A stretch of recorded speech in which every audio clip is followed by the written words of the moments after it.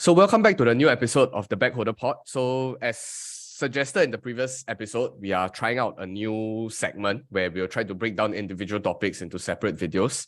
So I think specifically for this video, we are going to continue on from last week about this idea of Charlie Munger's recent annual shareholder meeting. So I know for those of you who don't know some context as well, I'm the biggest China bull here out of the four of them. And a large part of my portfolio is concentrated into Chinese tech and Chinese stocks specifically. Essentially, whatever Charlie Munger said that broke headlines was that he said Alibaba was actually his worst investment mistake. So I think in this short clip specifically, we'll spend probably the next 10 to 15 minutes to discuss about my own opinion, and it'll basically be like a Q&A, right? I don't know whether the three of you have prepared questions to attack me, but I'll be happy to take on any questions. But I think just to some brief context in case you guys haven't been following. So I think there was 4 key factors that Munger actually said, and I'll just briefly go through them. So he did say that, and I quote, Alibaba is still a goddamn retailer. Competition is strong, and it might not necessarily be a tech company. So because it is still in the retailing business, Charlie Munger essentially overestimated the future returns from Alibaba. The second point is he did talk about briefly using leverage on Alibaba. And I think if you will look at the filings of the Daily Journal over the last few quarters, right, it is actually revealed that he actually leveraged on Alibaba. And at the end of, I think, was it Q3 or Q4 of last year, he essentially sold half of his position. And he didn't admit that it was a margin call, but a lot of people online are speculating that he essentially got margin called. That's why he was forced to sell half of his position. And I think the third part about the tensions between China and Taiwan and this entire geopolitical thing, I think he didn't really comment much, but he does still feel very optimistic about China and how they run the country and how they govern. And despite all else being said, saying that Alibaba was his biggest mistake, he still remained invested. So if you were to look at data roamer, Charlie Munger still holds onto his remaining Alibaba position. I'm not too sure whether he sold. Maybe in Q1 of this year, you can see the filing and he might have sold out of Alibaba. I don't know. But I think my general opinion on this is this idea of estimating value wrongly. So I think I'm in the same camp as Munger, but luckily because I always pace my buying, right? Because I'm not like I think for Munger, when he see an opportunity, he will pounce on it. And because he has like 60, 70 years of experience under his belt, he's very confident. So when he's confident, he'll just whack. Like he don't a bit, you know, like a lot of us as retail investors, we a bit, like one, don't want, one, don't want, right? Like people also say that we score us that we want and don't want, like we in out, right? But people like Munger or Buffett, they will whack. So the idea of punch card investing, right? So if they're confident, they whack. But you run the downside risk where if you're wrong, then you'll get screwed. So I think long story short, that was the two fatal mistakes that I think transpired for Munger's experience with Baba itself. Yeah, I'm open for questions. So, which introducing today's sponsor, which is Momo. So, Momo platform currently is running a promotional campaign until the end of Feb of 2023. So, if you deposit more than $2,700 into Momo, you can spin a wheel and get up to 1 free Apple share, which is worth around 200 plus Singapore dollars. And more importantly, they have a few of the side quests and a few of the events that they're running on the site where you deposit more than $100 into Momo Cash Plus, you can get a $2 cashback every day for 10 days. And one last point, there's also this Fishing Joy game where you can play a game and win up to $88 cash. So if you're interested, the link is in the description box down below. So feel free to head down and just use our link below. And yeah, thank you Momo for sponsoring this video. Let me just clear one thing first. So about the margin call. So I don't know who started out talking about all this margin call, but that one I just plainly like disagree.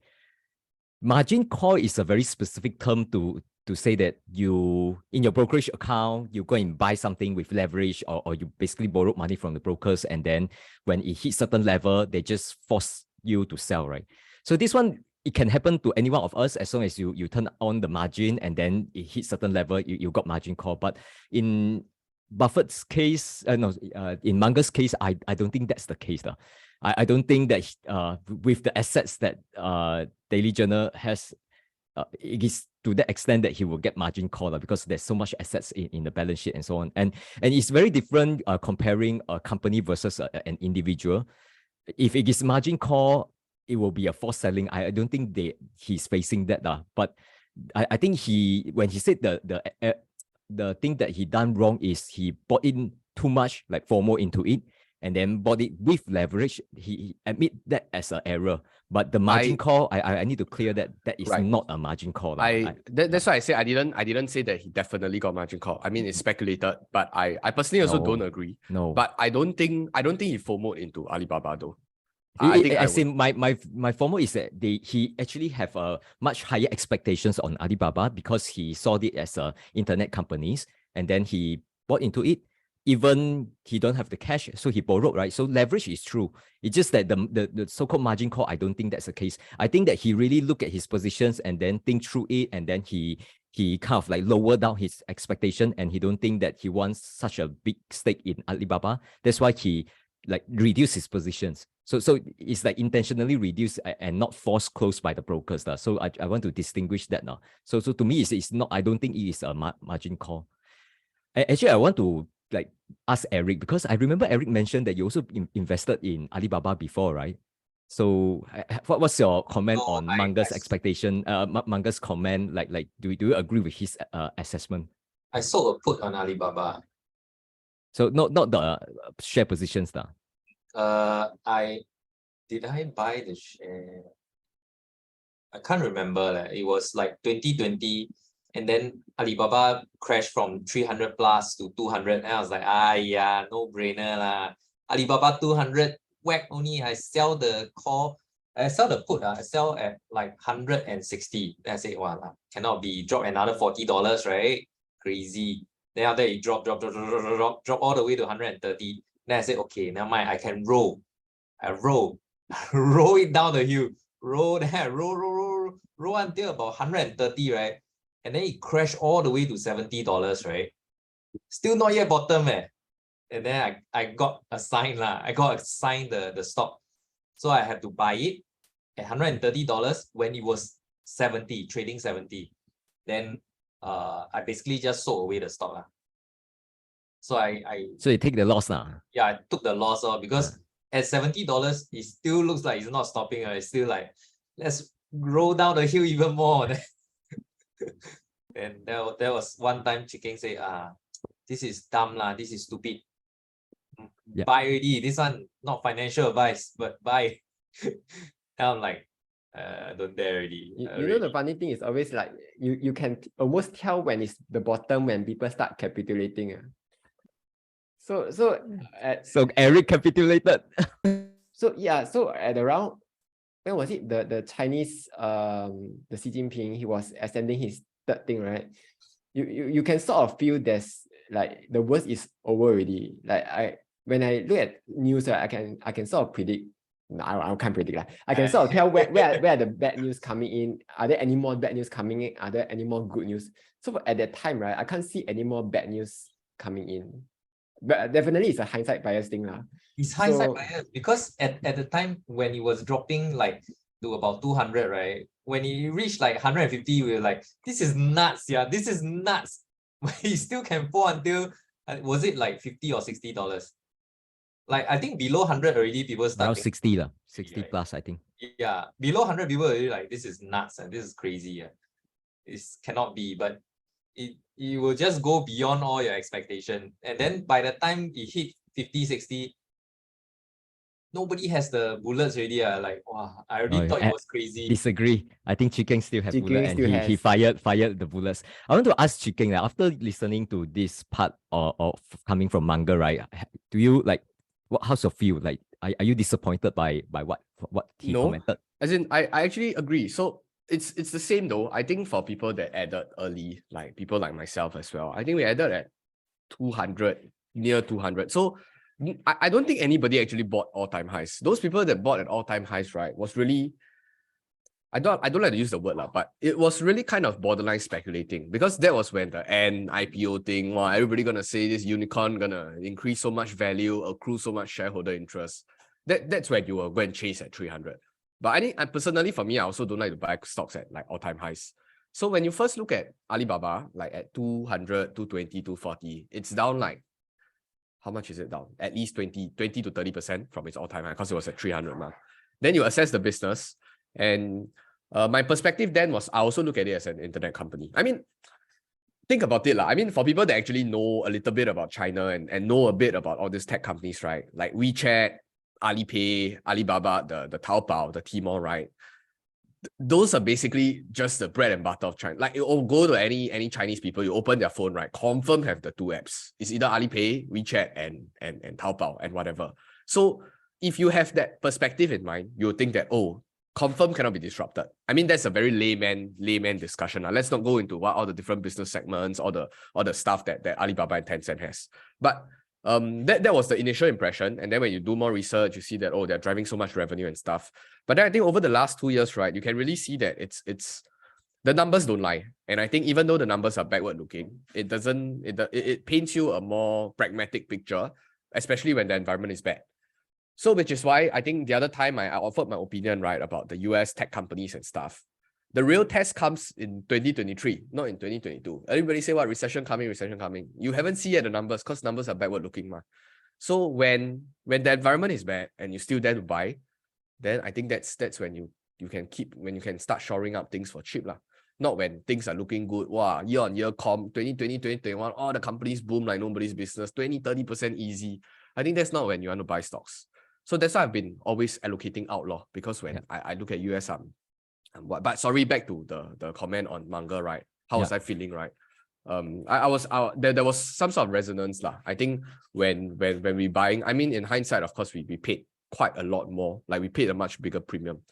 But I don't regret averaging down now. As in, I don't regret my position, or I don't regret my exposure. Because I want to ask this, right? Because just now you mentioned about like whether it's retailer and something to do with retailer. And you mentioned that everyone has an apps for, like, let's say like Taobao or like their Alipay, right? This alone, right? Does it call for like it is a good investment? Because I would think that even though everyone using it, let's say it become a commodities and there's no margin there. Say for example, they can't really charge make a high margin business out of it. So say for example, like all these e-commerce, logistics is costly and so on. If they don't have a high tech rate, it's still a low margin business. It's still not a quality business, right? So if everyone using it, I don't think that is enough to justify that it is a good business, So I just want to push back on this, see what you have to comment on this. I completely agree. So we are no agreement, no disagreement with this. I think that's why that comes to how is your assessment of the quality of the company. So I do understand where Munger is coming from. So it's like a spectrum, right? It's a retailing versus internet business. Like, where does Alibaba lie on this spectrum? And as we can see, based on how things have been playing out, like competition from JD, Pinduoduo, ByteDance, whatever, I think the high margin business really comes in the ad space. So Alibaba essentially becomes an ad marketplace. You ask me whether will they be disrupted. I think at least in the next 10 years, I'm quite confident that they're not. That's why I say I still place a premium on them being closer to being an internet company rather than a retailing company. I think the retailing business part, it's more strained when the country is not doing well, when the people are not spending money. And that has been the context of China for the last 2 years. So everybody just basically now racing to the bottom. And you see that all margins are being compressed. But I mean, at least one of my fundamental thesis is if we do see a recovery, we are probably going to see margins going to expand again. And also because of the nonsense spending and cost cutting and whatnot, they haven't been very, very prudent in their cost control. But at least in the last 2 quarters, they're showing improving in margins again. So that's the first part. And on the second part, right, you asked me about this retailing versus internet company versus what, right? I think I wanted to circle back to this idea of being a spawner. So spawners being they can spawn other businesses out from that main business. I think Amazon is one. Tencent is also another. I would classify Alibaba as one of the spawners as well. Where did Alipay suddenly came out from? I mean, it was just a crazy idea. They started pushing for it and the adoption went bonkers. And I think in terms of Alipay wise, the massive reach and the market share now is just, I think it's unrivaled. Like in the entire world, not China only, by the way, it's unrivaled. Like I think I was reading somewhere, Visa and Master, the amount of payment combined, cannot even win Alipay. Like the amount of transactions being valued there. So when I try to attribute like value to individual business segments, right, I also look forward to how Alibaba is going to spawn more businesses out from the different segments. And which is why I'm still of the opinion that it's an internet company and it's not going to be disrupted so easily. But yes, it's experiencing a hell lot of competition now. And we need some time for them to settle it out, because I'm honestly more concerned about ByteDance. I don't really care about JD and Pinduoduo. They're not even in my radar now. So this ByteDance thing, right, because they're not listed, I can't feel the temperature, you know. I only know that they're coming up strong, but I don't know how strong and what's their numbers. So that's why I've been constantly looking into this ByteDance situation.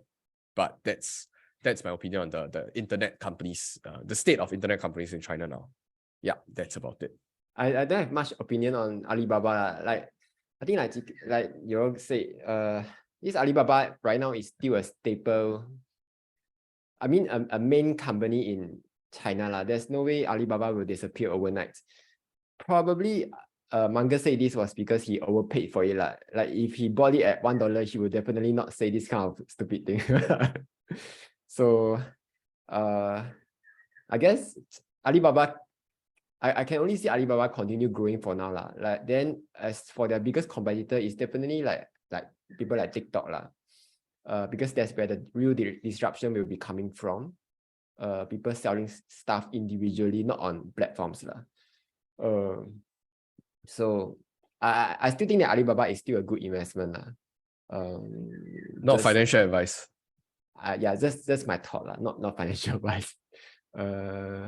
Yeah, so that's it. Yeah.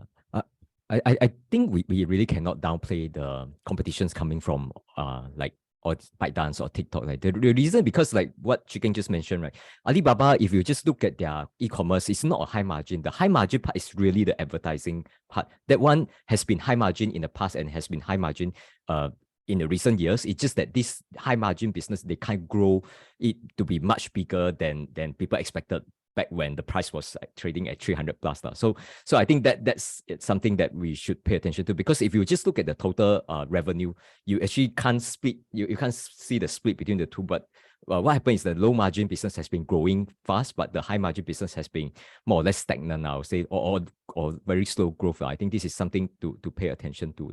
Chicken, can I ask you, right? Like when Munger gave the interview, did you like listen to it? Did he mention anything about the numbers, the deterioration in the numbers, or it was just because when I see the article, right, the news article on the interview, right, it just seems as if he's just throwing out a very vague high level, or he's attracted to their position in the Chinese e-commerce, but they are a damn retailer.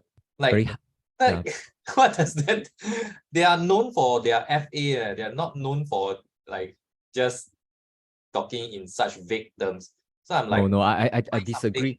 I don't think he's like, just expert on the fundamental analysis there. He's really commenting on the economic of the business and not talking about the recent operating results. So there's no like all these operating results talking about their revenue, earnings, or operating profit. These are not mentioned at all. So he's really talking about what he's describing is actually the economic of the business.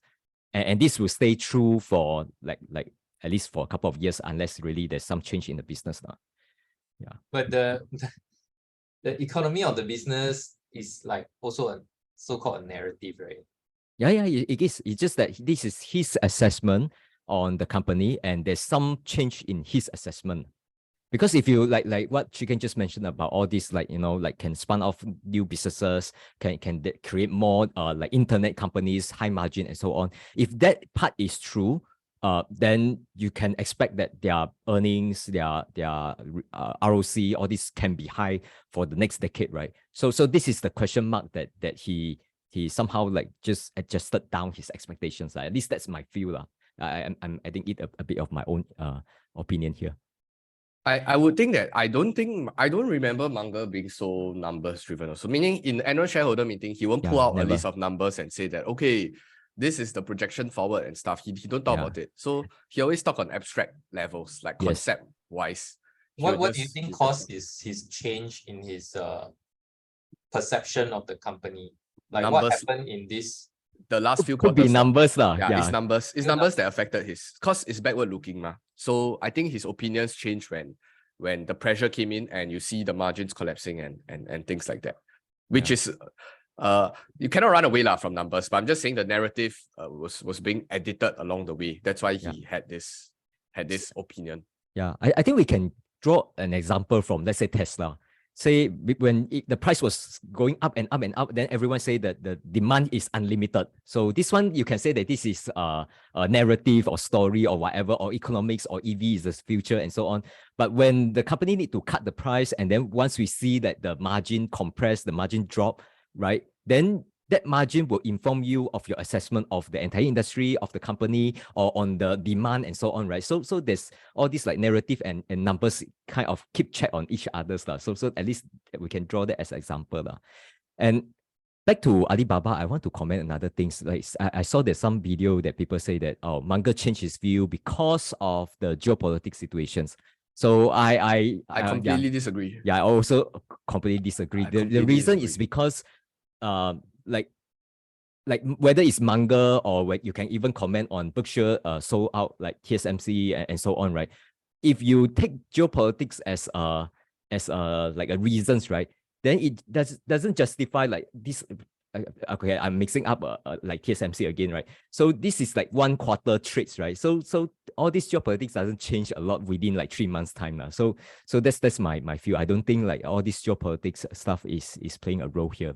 It's a narrative that they like to spin. Oh, they sell because they no trust in China, because upcoming invasion is coming, that kind of bullshit. Yes. I completely disagree. Munger, I mean, for people that made such a comment means that they never studied them long enough. Like, yes. They don't know them enough. But I think back to this issue, I was quite surprised about the Taiwan thing, the TSMC in out that thing. But that I think that's a topic for another day, right? But for buying into companies in China, I think Munger still made the similar comment that he can buy stronger, better quality companies for cheaper valuation, which is probably why he still stayed in Baba. But in terms of his trimming part, and I don't know whether it's for tax loss harvesting, for margin call, whatever. But I think only when he admits it, then we know what's the real reason. If not, then that's that law. Yeah, it could be as simple as he just changed his mind, which is totally fine, right? I also changed my mind so many times, can't lost count already. I think you all, like Chicken, Eric, and Kevin, I don't think you guys change your view that often, right? Like just paper hand on certain stocks. I change every day. So you buy and sell a Tesla every day, is it? Because you change. No, as in this is the strategy, right? You come up when you are first investing, you come up with this strategy that diversification is for idiots. Then you all in into one stock, then the stock goes down 70%. You're going to change your idea, so I think you just improve it along the way, lor. I'm sure like Buffett isn't the god that he's right now, right? He has learned from like how many years of his investing. So I think every day the more mistake you make, then the more you learn, lor. So I think for Munger, this could probably be another mistake that he made. He can improve his investment skill for the next 20 years, I think. I would 120. I would like to also comment this thing. He had a very interesting discussion. It was a very short one, by the way. Like I think it was 1 minute, less than 1 minute. He was saying, now if you throw back the question to you guys, and I'll ask on behalf of Munger, he said, if you guys are really, really, really cocksure of this investment thesis and this investment will make money, right? How much of your net worth will you put into that particular stock? He said he'll put it 100, 150, or even 200%. So he's saying he's going to use leverage on an idea that he thinks that he'll be right. Correct? So that's the very intuitive way to think about it. But then when you put it into the real world, people start to scare. Oh, risk management lah. I need to control this, control that. I need to protect my downside, that kind of thing. So I think for Buffett and Munger, both of them have always started out very concentrated in the early days of their partnership. Like they can put 20, 30, 40% of their portfolio into one turnaround play or what, which is also why I think Berkshire was a bad investment. I mean, Berkshire before this investment holding company was I forgot, was it a textile or manufacturing company that they screwed up? They made the assessment wrongly. And that's why Buffett renamed their partnership as Berkshire Hathaway, because he wanted to remind himself of the problem, the challenge that they faced back then. So I think initially when I started out, it's the same. I get a lot of comments online saying, oh, why are you so stupid? Why are you concentrating? Especially when you're concentrating in China. I think I hold the same view as Munger in this case, especially when you're younger, right? You should concentrate if you want to be different, because you can't expect different results if you are doing like everybody asks you to diversify 5% of your portfolio in one position, right? You're not going to go anywhere. You might win the market, but you're not going to do like 20-30% CAGR. But I'm not saying that I'm smart enough to do 20% per CAGR, but at least I'm trying. So I think that's the strategy involved. But I think now back to Kelvin's point, right, about concentrating. I think specifically concentrating to Tesla, like 70 or 80%.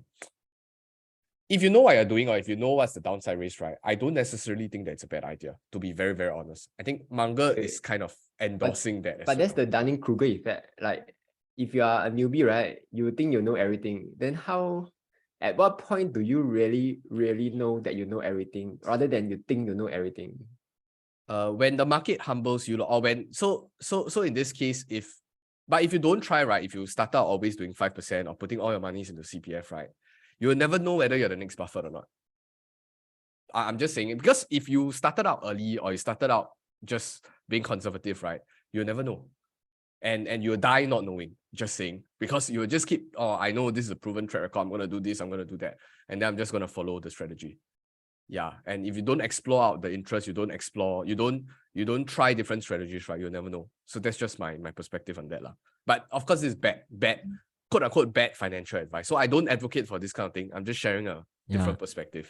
I think the part on leverage, right, talking about 150%, 200%, I do agree on that, but there's a conditions for that, Number one is that the 100% sure is like really have to be 100% come out true. So because if you're 100% sure and then it turned out to be wrong, then you have to know that you are die anyway. So you will screw up big time. So that's one. So it has to be come out true.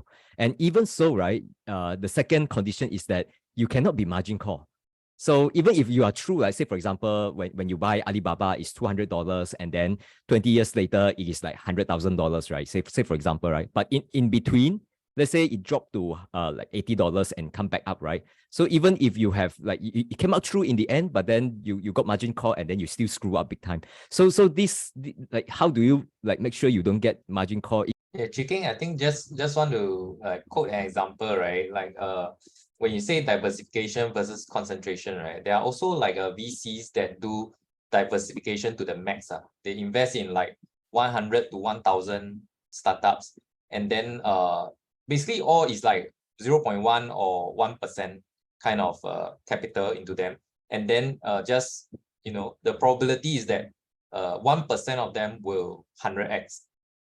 So for those kind of strategy, you got to know basically what you're investing in. If you're investing in like 100 S&P 500 companies, you're not going to come out on top like the VCs, because they are investing in a different stage. So basically what I'm trying to say is like even like the type of instrument that you are employing, diversification versus concentration is a viable strategy. Like whether you diversify or you concentrate. So basically what we were talking about is those established companies are very likelihood. I think also because of the context of Munger and Buffett, they play in the public equities market. So in order for them to really harvest that kind of crazy CAGR, right, they can't do the spray and pray strategy, especially when it's in the public equities market. So I think different stages, like you suggested, it's true lah.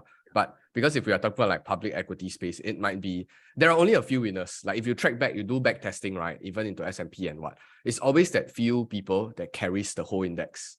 And you just run the risk. What if you don't pick the few winners? You pick those mediocre, or you pick even those in the upper tier, right? You can't capture everything. So that's why you need to concentrate into those few winners, and you'll definitely outperform like crazy.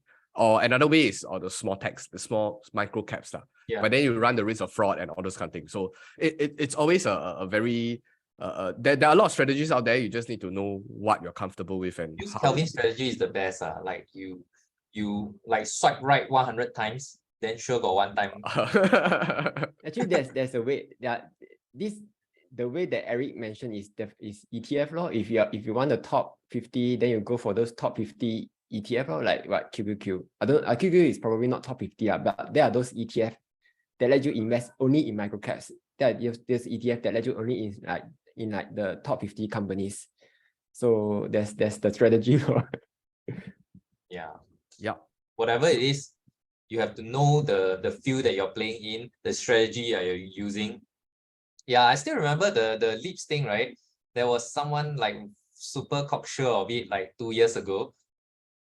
Remember? Sell leap puts. Yeah. Who? Leap puts. Like, sure earn money one. Then in the end, you look at the price now, cui. Can 2 years paper later. hand, no worry. Huh? Can always paper hand, can change your view. Yeah lah.